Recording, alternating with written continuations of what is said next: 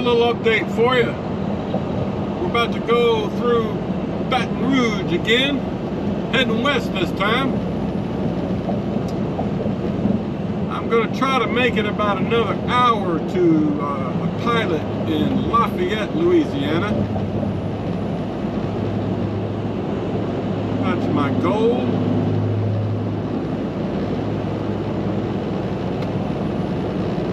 I could go further. I've got, let's see, I've got 2.5 hours of drive time on my clock, but I can't, they don't begin receiving at my customer until 8 a.m. and they don't have overnight parking, so no huge rush to get there. I could leave by 5:30 and get there by 8 o'clock. Just giving you a shot of Baton Rouge.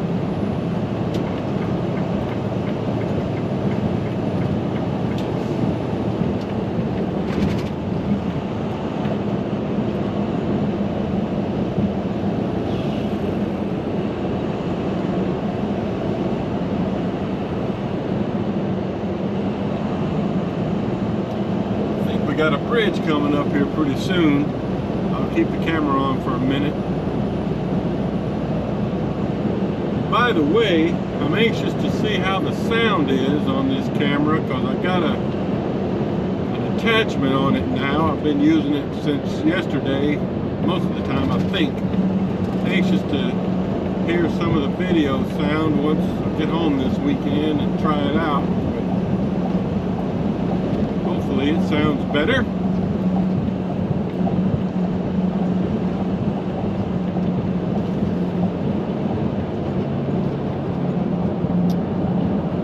Well, that's enough for now. Okay, here comes the bridge. This is where we split off 10 west or 110 north. Looks like we're heading into a rainstorm again.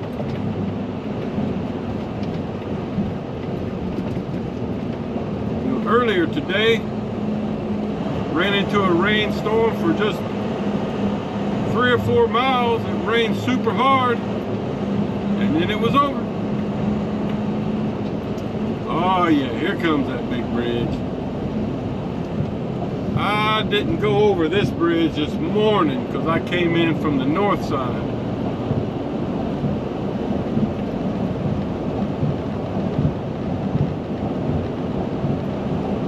Pretty tall bridge.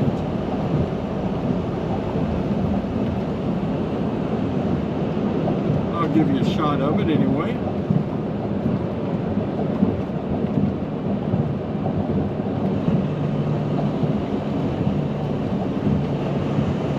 This is called the Horace Wilkinson Bridge.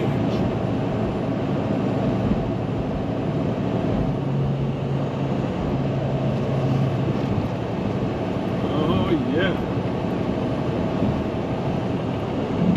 Lots of action down there on the Mississippi.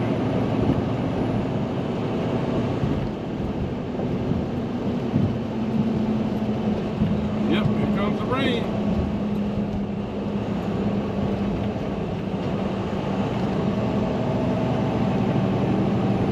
Yep, lots of barge traffic down there. I know you can't see it, but lots of barge traffic.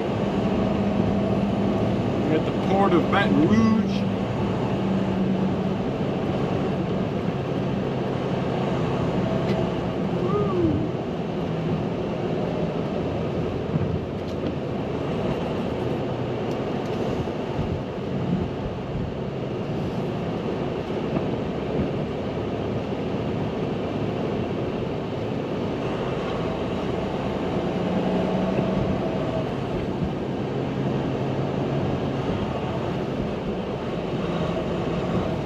Port of Greater Baton Rouge, they call it.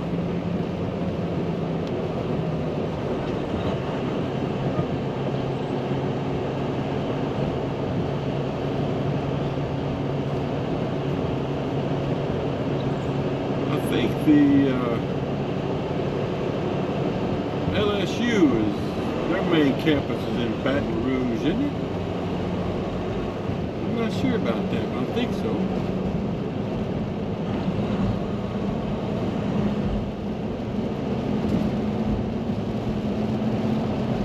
Alright guys, more on down the road. Alright folks, I only turned the camera back on to show you these folks that just passed me up ahead there. They got their mattresses on top of their SUV, and we just went through a pouring rainstorm. So good luck with that.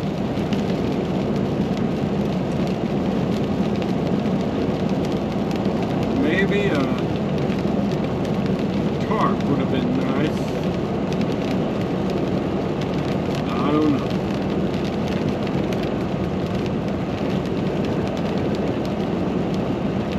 It was a quick rainstorm, just like earlier. A couple miles. Hard rain, didn't stop.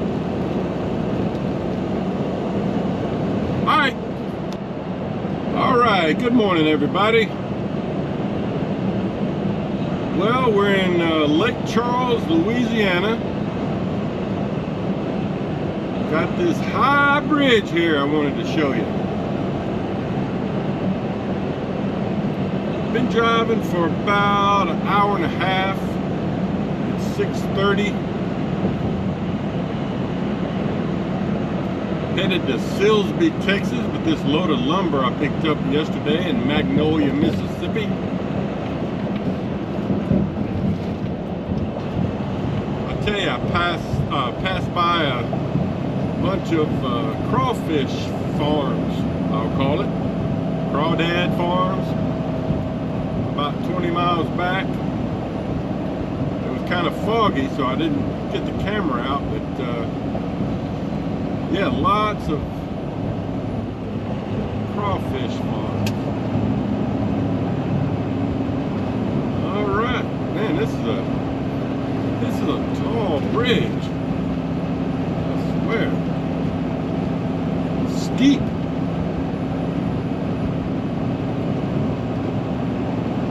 Not sure what river that is we're crossing. Didn't see a sign. Lots of refinery action up here to the right and left. You folks need to get to doing more refining. We need some more fuel.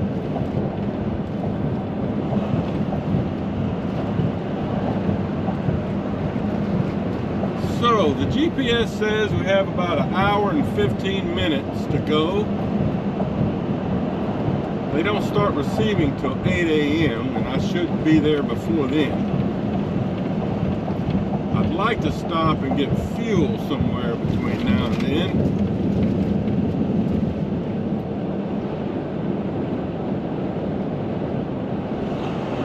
You know, today is June the 1st, beginning of a new month, so, you know, if you're working the pilot Flying J point system, you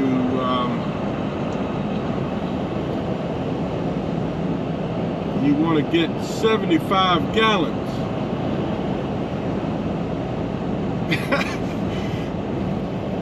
Each time, because they reward you. You go up the scale of point earnings like a half a point every time you get 75 gallons. Until you max out at, I think, 5 points now. So the first 5 or 6 times you fill up during the month, while you're building up your points, your point scale, you want to get just 75 gallons. You know, if you can. It's not that big a deal, but I try to if it works out. But I use Loves also. I try to use Loves enough to keep a shower credit on my account. And some months, if they give me a special promotion, I'll use them primarily for a month. But I don't have any special promotions from them this month. And they'll give you a shower credit for a 50-gallon purchase. So every now and then I'll get some 50 gallons from Love's. In fact, I did that just Monday, I think it was. I filled up at Love's. And the shower credits, you know, they don't stay on there indefinitely. They stay on there for I don't know, maybe 10 or 15 days, then they fall off. Okay, well, there's some morning road footage of the Lake Charles, Louisiana area. See you on down the road. All right, everybody. Got off of the freeway, I-10 West, here at the Flying J. Fueled up. Got 76 gallons, so I'm moving right up the reward point scale. And we're gonna be heading northwest on Texas 62 now.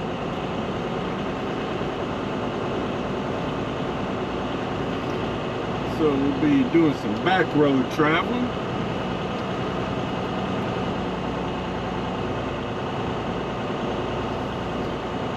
My PeopleNet GPS tells me to stay on I-10 all the way to Beaumont and then head north. But my Rand McNally says it's about 20 miles shorter to go up 62. So I'm going to do that.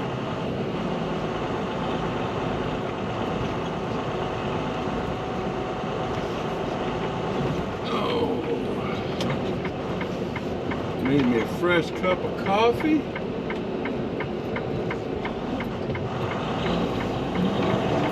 Here we go.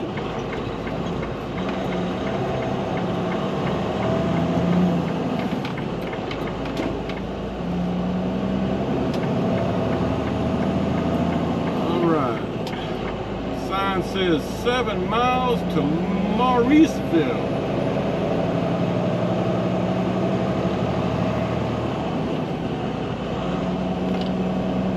And we got 35 minutes to go, it says, which will put me there right about 8 o'clock. All right, more later. All right, guys. Well, I'm approaching my customer here in Silsbee, Texas. This has been a difficult one to locate. My Rand McNally GPS didn't exactly recognize this address, although it was pretty close, and the PeopleNet GPS on the company tablet was totally wrong. It was probably 12 miles off. So I finally stopped and just called the customer, kind of verified where I was supposed to be going, and got here. And then they're super busy.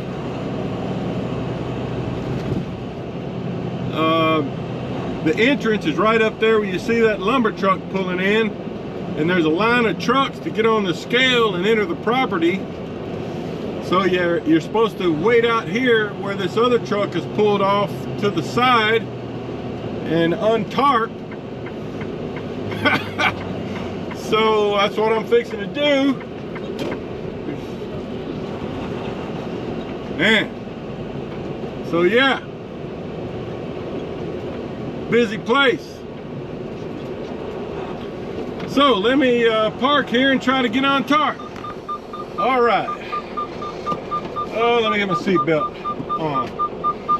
Well, while I was out here untarping, and there's another driver, not a Maverick driver, but another driver behind me untarping. And another truck moved in front of me. He's on the entry scale now, still fully tarped. So, you know, he's probably like me, first time here, doesn't know how it works. So if you didn't know any better, you would just pull in.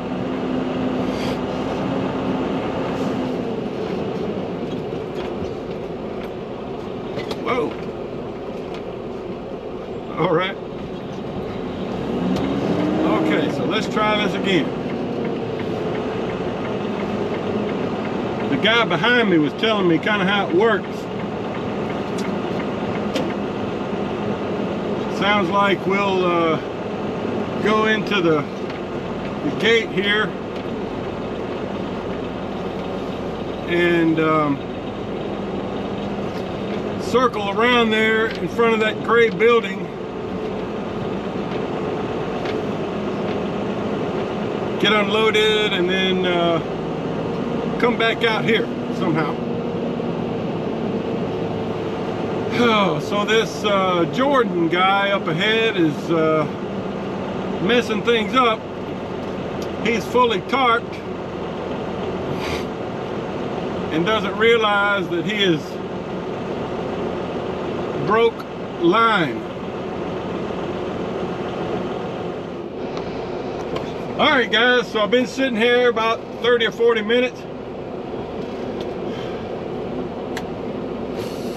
Got all my straps off, and that guy that broke line, they just had him pull ahead, kind of get over to the side so we can get in. Ended up not going around him. He hadn't been here before. He didn't know how it works. So he pulled in, and by the time he got in so far, you know, he couldn't get out. You know, if you've never been here before, you just don't know how it works. Like, I did the same thing. I pulled in first, and luckily there was another Maverick driver waiting across the street in line that told me I needed to turn around and go down the road, turn around, and come back and get in line out there on the side of the road and untarp. So, you know, that's just what you run into at a new place. It's not clearly defined as to how it's supposed to work.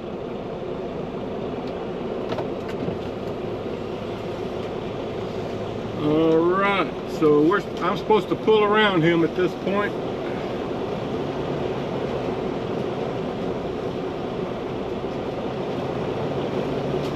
Thank you, my man.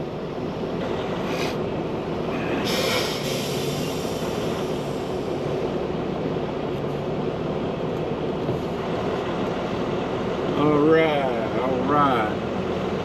So you can see up ahead, they've got a yellow box, I'll call it, painted up here. I guess that's where I'm supposed to place the trailer.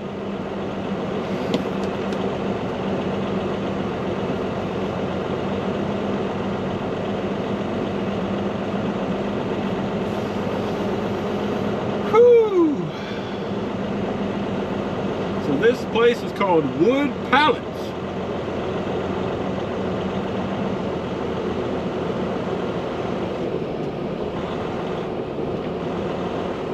He's motioning me to... All right, he told me to stop. All right, let's get unloaded. Yeah, this was a hard place to get to and to get into. Woo! All right, they've already signed my paperwork, so I'm gonna go ahead and send that in. Get them searching for a load. All right, more later. All right, here's a little bit of the unload there. They got a big cat forklift. Guess he's about, he's not even halfway yet, but that's how it works. Came in from out there, and then you pull in here to get unloaded. And then I think we go out here in one of these. I'll have to ask him. Probably go around there and to get out. So, all right, I'm gonna go help this other fella roll his tarp up. All right, folks, so we're unloaded. And the fella told me to take a left here before the grass and just kind of loop around to where we entered. So this is where they make pallets. And the funny thing is there's another place down the road, about half a mile, that makes pallets. This is the pallet capital of the world.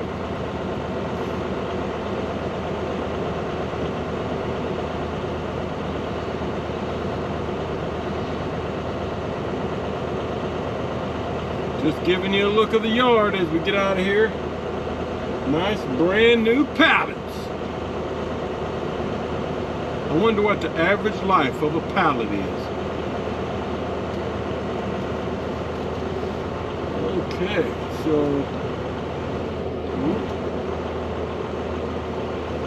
all right, high forklift traffic area. Proceed with, oh, here comes the forklift. Yep.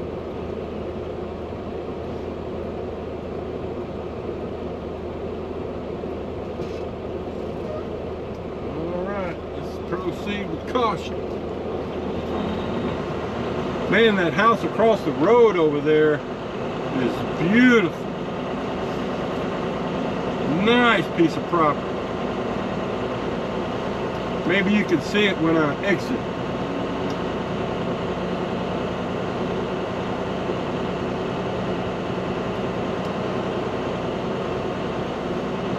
So I'm just going to park up here for a minute once I get through this little gate, because oh, they just sent me a load. I was going to say I don't know where to go, but let me pull over here and read my order, and I'll inform you in a minute.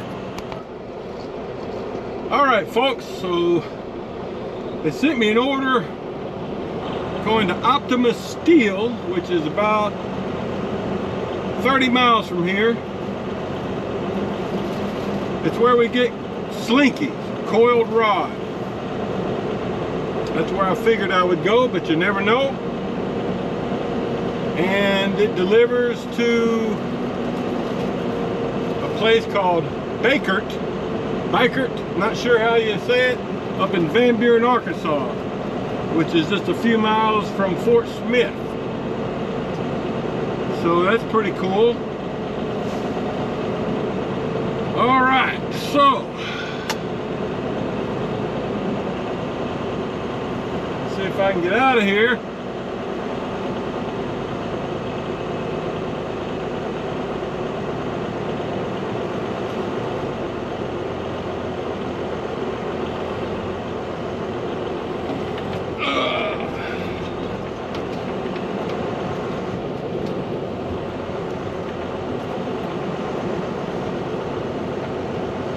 Yeah, that house right across the road there's two of them.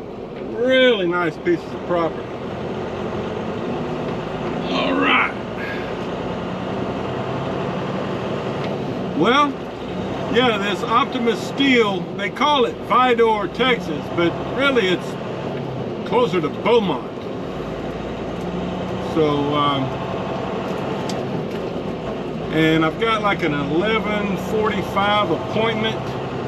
They're not real good about appointments, but in fact, there's a message in the system that says that the current wait time at Optimus Steel is 3 hours. Oh, and I have had to wait that long before, but sometimes it's not so bad. So we'll see. Cross your fingers. And here's that other pallet making outfit here to the left that I mentioned earlier. So this stretch of road is nothing but pallet makers. Anyway, we'll see you down in Vidor.